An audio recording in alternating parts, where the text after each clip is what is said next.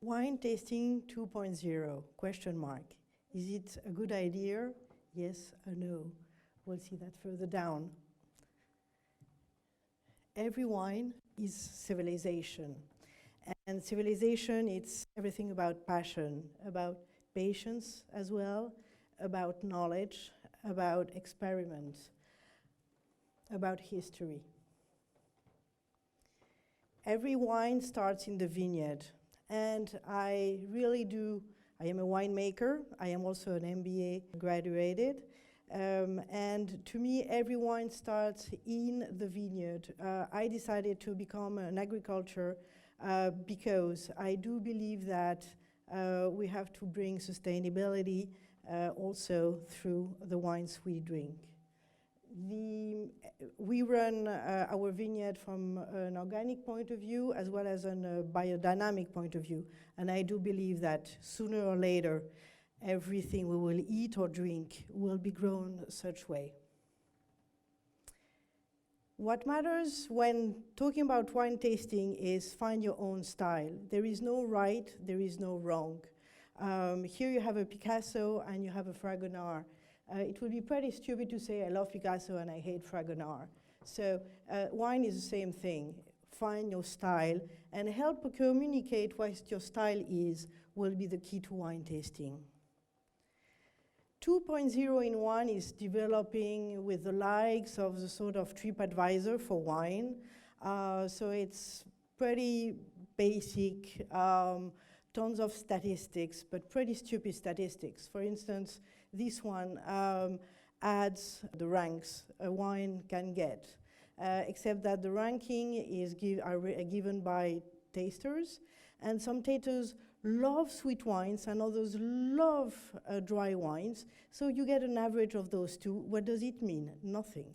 Another statistics to get wine tasting 2.0 is about how many ads does a wine put in the market. So that's totally related to financial issues. It doesn't tell anything about the wine. Because once again, the wine has always been sort of, especially lately, is it meant to be drunk or is it meant to be a currency? On my favorite, of course, is wine is meant to be shared with friends. It's meant to be drunk and it's not a currency. Whenever you are trying to find a wine on the wine list with friends, you can use the FIA method, finger in the air. But we can also try to be better at that. It's very difficult to know everything about wine, but at least we have a few keys. I told you before that wine tasting is civilization, and whenever you want to go into that, so you have to go to the museum. And if you are in France, you start by the Louvre. And the first time you go into the Roman section, you see tons of stones with tons of dusts, and it's a bit awkward, right? Whenever you go to the painting section, you see tons of naked women, and you feel, okay, is it because they are cold or cool, or and the more you go into those different wings and sections and paintings, you start realizing that you see other things than dust or naked women. So you can start seeing poetry, and you start seeing ingenuity, and you start seeing civilization, and you start seeing also political environment. Kahnweiler was the art gallerist at the beginning of the century, I mean the 19th century. He was the one who put on the map the Picassos, the Fernand Léger, the Dalís, the Monet, the Manet. And whenever somebody wanted to start a collection, he always said, don't buy anything for the first 2 years. Attend every auction, go to every gallery, but don't buy anything for the first 2 years. The analogy for wine tasting would be try everything before buying a whole cellar, but try everything because you have to find your own taste and your own style. And starting by the top is always a good idea. You have here bottles of Romanée Conti. Yes, it's one of the most expensive wines in the world, but I'm sure that you will soon all afford it, if not already. But it's very important to start by the top. So buy those bottles, maybe once a month, with 10 friends. Then it becomes much more affordable. And drink it, share it, talk about it, and nothing is better than really experiment. Do the same thing with wines of every country. Try everything. A small country as Luxembourg has first-class white wines. Try those. And once again, starting by the top and trying every region, every sub-region. Nothing is bad. Make your own opinion afterwards. The cellar master and the sommelier should be your best friend. And you should have tons of them. The reason being that they are the ones who know the most and who can guide you. Same thing with wine tasting schools, of course. But the reason I'm mentioning those two is because you have to help them out. So whenever you need to choose a wine on the wine list with a sommelier, try to point out the sort of price you want just by putting your finger around one of the prices you are interested in. And then say, the wines I like are bloom, bloom, bloom, you give your list. The wines I'm not too keen on, you give the list. And I would like to discover something else on the ones I do like. And that is extremely helpful and much less expensive than the benchmarking method. Now, I would like to talk to you about the white wines first, and then we'll talk about the red wines. So the white wine is always a balance between acidity and sweetness. Every fruit has acidity. And this is where, of course, the acidity of the wines come from. And then the sweetness side comes from alcohol, because the whole process of fermentation is how to turn the sugar, which is in the grape, into alcohol. So you have to try those, the very sort of acid ones to the sweet ones, and find what you prefer. From a very current point of view, you will see that the acid ones comes from the north, and the more sweet ones come from the south. Now, what about the red wines?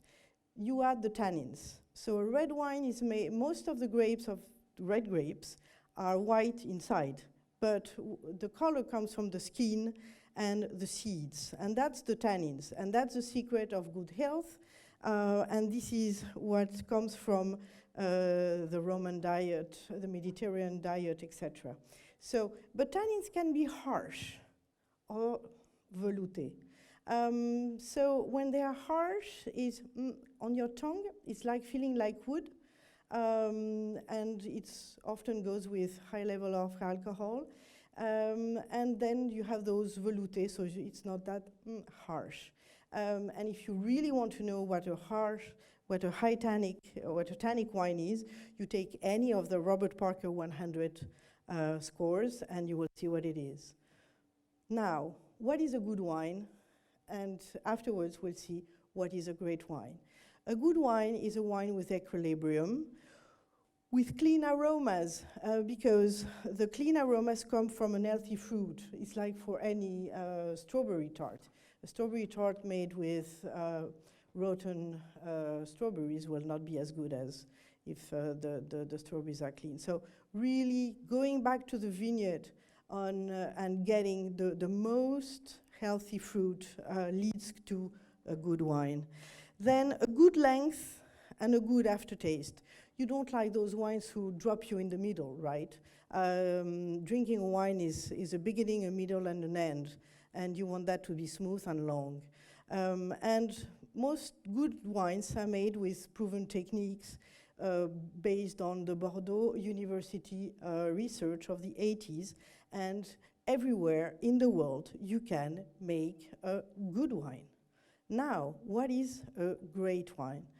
Great wine is a wine with a terroir. Terroir is a word that cannot be translated. It's not a matter, we know that French are arrogant, but on this wine, we can't help it. So terroir can be translated.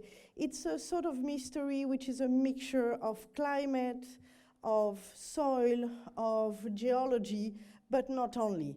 And every scientist interested in wine has been going to the courtyard of the Romanée-Conti or of Château Latour, trying to understand and analyzing the soils, etc. It's only 1% of the equation. So a terroir is history. Once again, I told you that it was civilization. Then a great wine will not be as fruity as the so-called good wines. He will be more on the floral side. And the floral versus, this is, the backbone of that is the alcohol. This is why perfumes have aromas, right? Because the backbone of an aroma on the floral side is the alcohol, and you will find more of those on the great wines than on the good wines. And last but not least, a friend of mine was sitting next to Eric de Rothschild, the owner of Château Lafite, and he was saying, well, you know, I am a winemaker and I have the same barrels as you have. I use the same grapes. I use the same method. I hired one of your winemakers, and so there is no reason I am doing a Lafite-like wine in California. And Eric had a wonderful say and said, yes, provided you have 400 years ahead of you, because finding the right terroir and the right equilibrium within that terroir usually take up as much as 400 years. Thank you.